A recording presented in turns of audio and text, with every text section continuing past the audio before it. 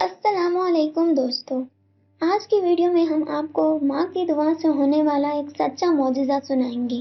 تو ویڈیو آگے بڑھنے سے پہلے اگر آپ ہمارے چینل پر نئے ہیں تو پلیز چینل کو سبسکرائب اور ویڈیو کو لائک اور شیئر ضرور کر دیں، شکریہ۔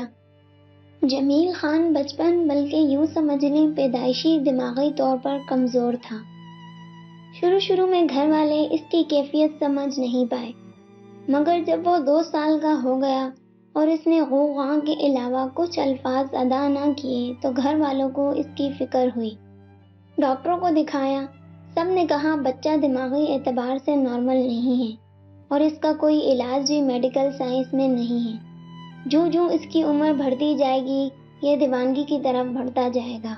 پھر یہی ہوا، وہ 10 سال کی عمر میں 2-2.5 سال کے بچوں والی حرکتیں کرتا، زبان سے پورے الفاظ ادا نہیں ہوتے تھے، کھانا بھی زبردستی کھلانا پڑتا تھا۔ دبلا پتلا سا یہ لڑکا خاندان کے لوگوں کے لیے ایک مسئلہ بن گیا تھا۔ والدین اس کی کڑی نگرانی کرتے تھے، لیکن پھر بھی وہ آنکھ بچا کر گھر سے فرار ہو جاتا تھا۔ نیم دیوانگی کے عالم میں وہ گھر سے نکل کر ریلوے اسٹیشن کی طرف نکل جاتا۔ وہاں جو ٹرین روانگی کے لیے کھڑی ہوتی تھی، بلا ٹکٹ اس پر سوار ہو جاتا۔ بچپن سے اسے ریلوے اسٹیشن پر کھڑے ہو کر ٹرینیں دیکھنے کا جنون تھا۔ اس کے والد اس کی انگلی پکڑ کر وہاں لے جایا کرتے تھے۔ ان کے ایک قریبی عزیز ریلوے اسٹیشن میں پارسل کلرک تھے۔ وہ اس بچے سے بے حد پیار کرتے تھے، اسے اپنے پاس بٹھا لیتے تھے۔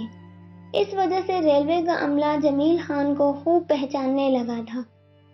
وہ اکیلا ریل میں سوار ہوتا تو اسے بہلا پھسلا کر ڈبے سے اتار لیتے تھے، مگر بڑے ہو جانے پر وہ آنکھ بچا کر ڈبے میں سوار ہو جاتا، جس کی وجہ سے گھر والوں کو کئی مرتبہ پریشانی اٹھانی پڑی تھی۔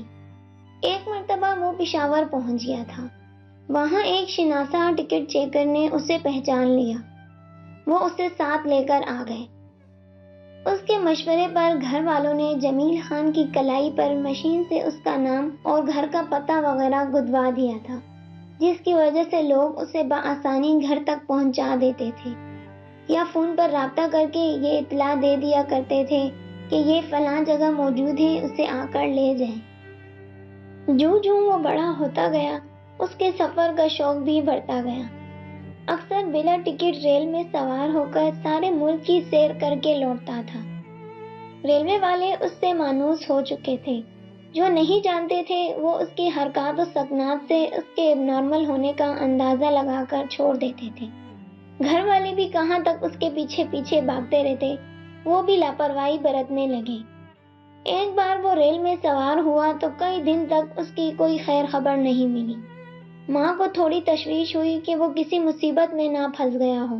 اس کے والد نے ریلوے اسٹیشن پر جا کر عملے سے اپنی پریشانی بیان کی۔ ان کے عزیز نے ریلوے اسٹیشنوں پر اس کا حلیہ بتا کر اس کی تلاش میں مدد کی۔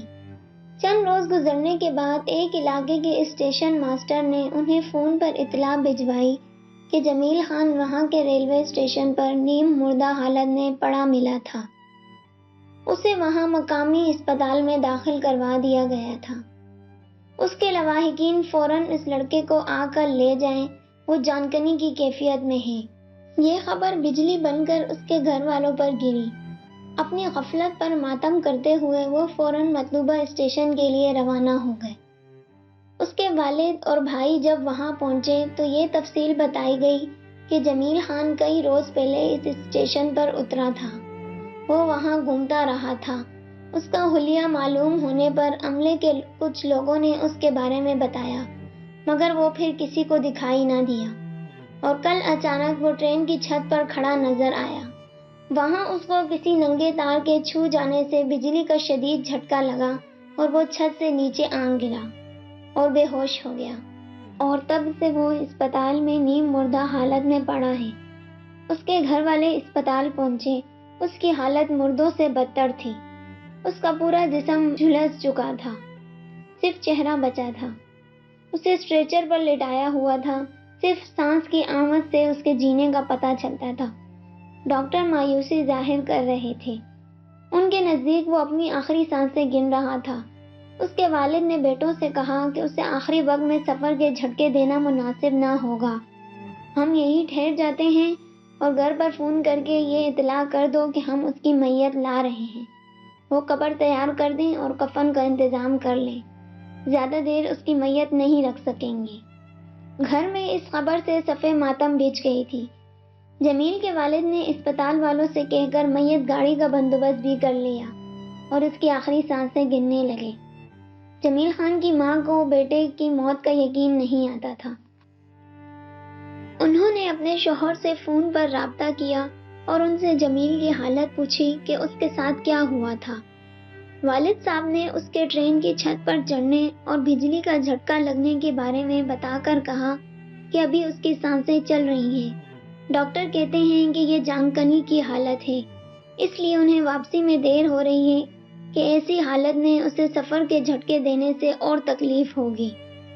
جمیل کی والدہ یہ سن کر تڑپ اٹھی، کہنے لگی تم ایمبولینس میں اسے اسی حالت میں لے آؤ، میں اسے زندہ دیکھنا چاہتی ہوں، اسے راستے میں کچھ نہیں ہوگا، خدا کے لیے میری بات مان جاؤ۔ بیوی کی تڑپ دیکھ کر جمیل کے والد نے اسی وقت روانگی کا فیصلہ کیا، کیونکہ ڈاکٹروں نے یہ کہہ دیا تھا کہ یہ کیفیت چند گھنٹوں کی بھی ہو سکتی ہے اور چند روز کی بھی۔ تو انہوں نے فوراً روانگی کا بندوبست کیا اور اسے اپنے گھر لے آئے۔ اس کی قبر کھودی جا چکی تھی، کفن بھی تیار کر دیا تھا، مگر اس کی مدھم سانس کا سلسلہ نہیں ٹوٹا تھا۔ ماں تڑپتی ہوئی اس کے پلنگ کے گرد منڈلا رہی تھی اور اللہ سے التجائیں اور دعائیں کرتی جا رہی تھی۔ اس نے بے قرار ہو کر اپنے شوہر سے کہا، آپ اسے اسپتال لے جائیں، جب تک اس کی سانسیں باقی ہیں ہم لوگوں کو آس نہیں توڑنی چاہیے۔ دیگر رشتہ داروں نے بھی یہی مشورہ دیا۔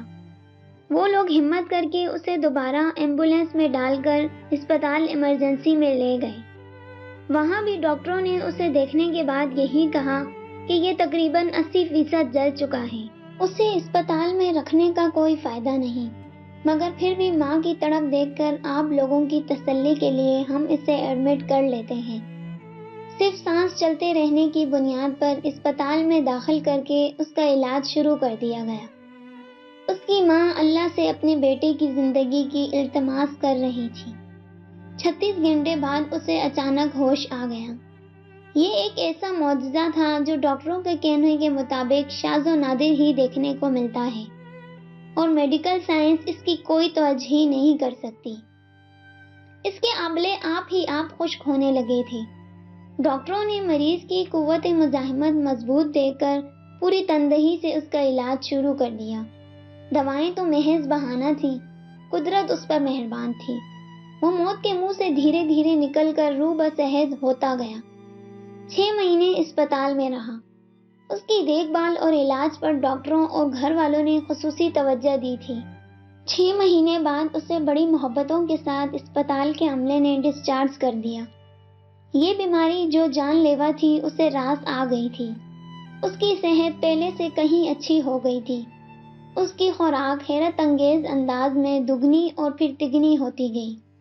وہ ایک وقت میں 8 روٹیاں کھا جاتا تھا اور اتنا طاقتور ہو گیا تھا کہ جو کام 2-3 آدمیوں سے نہیں ہو پاتا وہ اکیلا نمٹا دیا کرتا تھا۔ اس کو سب پہلوان کہنے لگے تھے۔ جمیل خان ماشاءاللہ آج بھی اتنا ہی تندرست و توانا ہے۔ جو لڑکا قبر میں اتارا جانے والا تھا آج وہ اتنا طاقتور ہے کہ اسے کتنا بھی کام دے دو تھکتا نہیں۔ یوں ماں کی دعا سے بیٹے کی زندگی لوٹ آئی تھی۔